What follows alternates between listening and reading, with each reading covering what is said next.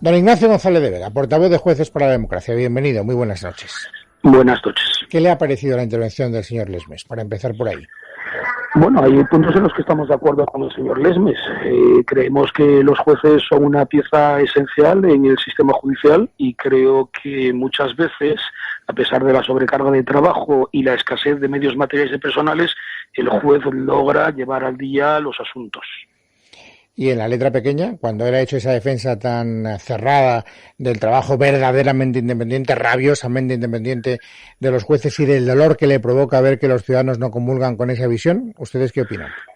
Bueno, yo creo que eso es algo subjetivo, ¿no? En todo caso, yo creo que en general, yo creo que podemos decir que la inmensa mayoría de los jueces en España ejercen su función de forma independiente e imparcial. Ahora bien, puede haber casos aislados y puntuales y sobre todo muy mediáticos en los que a lo mejor el juez precisamente está más presionado por motivos políticos o de otra índole que pueden alterar o perturbar el ejercicio de su independencia. Hay una conexión, pregunto, le estoy preguntando su opinión personal.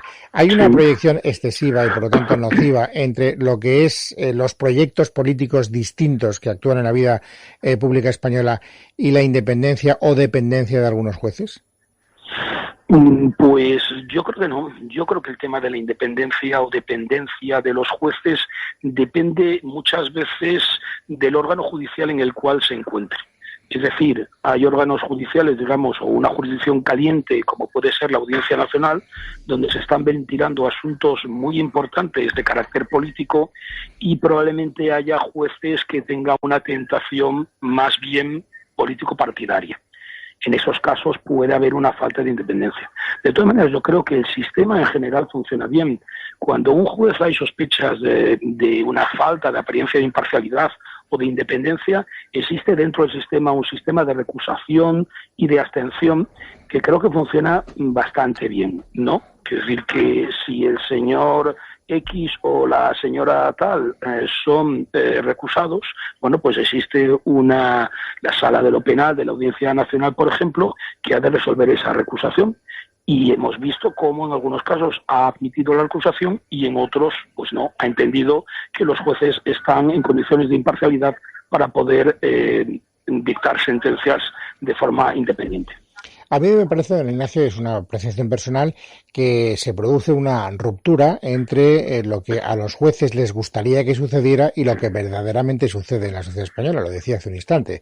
A los jueces, naturalmente, les gustaría que se reconociera su independencia a la hora de trabajar sin presiones y, por otra parte, los ciudadanos españoles, usted lo sabe mejor que yo, no tienen, con carácter general, esa opinión. Ellos creen que están al servicio del poder político, que no actúan con independencia, independientemente de que sea probablemente una idea exagerada que no responda a la realidad, pero eso es lo que se produce. A los estudios de opinión. Los estudios de opinión que se lanzaban en años anteriores por parte del Consejo General del Poder Judicial, en los que se les preguntaba a los ciudadanos sobre los jueces españoles, es decir, sobre sus jueces, yo creo que en general tenían una idea positiva de ellos. Decían que eran jueces profesionales, bien preparados e independientes.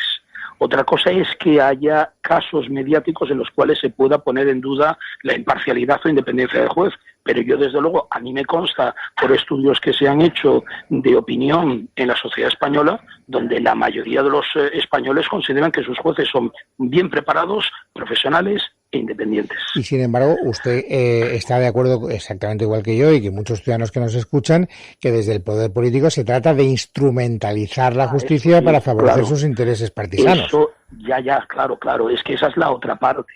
Vamos a ver, estamos hablando de una de las dos partes. Los jueces ejercen su función, yo creo que la mayoría de ellos de forma independiente. Otra cosa es que el Ejecutivo trate de instrumentalizar la Administración de Justicia en su propio beneficio, pero eso es otra historia. Claro, aquí la cuestión está en que si el Ejecutivo trata de presionar a los jueces, que los jueces se dejen presionar.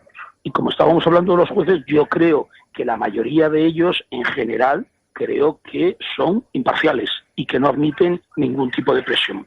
Otro caso es que haya algunos supuestos puntuales y ya lo hemos visto, cómo han sido recusados jueces y esas recusaciones han sido admitidas por sus propios compañeros dentro del mismo tribunal.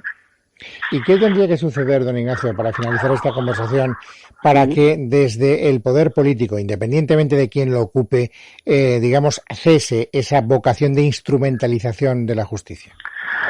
Pues yo creo que eso forma parte de la cultura política y de la cultura de la jurisdicción. Yo creo que dentro de nuestra clase política a veces falta una cierta cultura de respeto de la separación de poderes, de saber que el poder judicial es un poder que ha de controlar a los otros dos poderes, que los jueces en definitiva garantizan los derechos y libertades de los ciudadanos frente a los abusos de poder, y eso es algo que tienen que concienciarse todos los políticos en general, no los de un partido en concreto, sino yo creo que todos los políticos, sea cual sea el partido al que pertenezcan. Es decir, es un tema de cultura política.